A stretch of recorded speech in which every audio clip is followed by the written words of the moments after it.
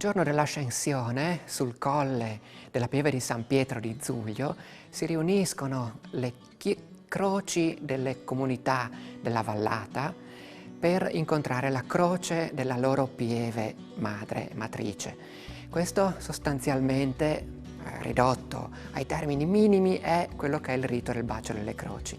Le croci riunite vengono chiamate in un ordine prestabilito e duraturo nel tempo e si inchinano baciando la croce madre, quella vera e propria, la principale, quella della chiesa di San Pietro di Zuglio, quella del colle che sovrasta l'abitato di Zuglio. Le croci partono da ciascun paese della vallata del But, sostanzialmente, concluse le erogazioni, e arrivano a Zuglio. Perché tutto ciò? Perché le erogazioni servono sostanzialmente a lustrare, a rendere certo, sicuro, fecondo il territorio di ciascun villaggio.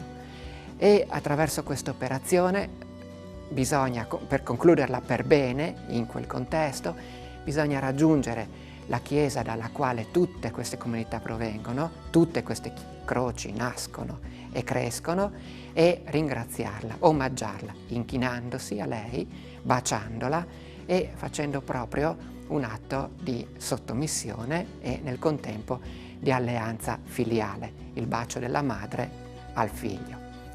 Ora, per farlo a dovere, soprattutto negli ultimi anni, le croci vengono addobbate da nastri colorati che in tanti casi possono avere dei significati puntuali e precisi, solitamente portate però dagli uomini e addobbate dalle donne. Si raccolgono un tempo nel cimitero che ancora circonda la pieve, oppure nella chiesa di Santa Maria che sta poco sotto la pieve stessa, ora nel cosiddetto Prat da Vincule, e attendono la loro chiamata. In quel frangente lì le croci rispondono alla chiamata, avanzano, si piegano alla volere della croce madre e la toccano. Questo è il significato intrinseco del bacio della croce. Ora, l'universo dei nastri colorati che addobbano tutte le croci, fuorché quella di piano d'arta, per antico privilegio, queste sono simboli e segni più propri dell'universo dell'abbigliamento tradizionale femminile e anche maschile. Si pensi soltanto ai cappelli addobbati e con questi accessori dei nastri colorati, e soprattutto all'ambito vestimentario di festa, per cui le croci di fatto sono al pari dei vestiti di festa addobbate.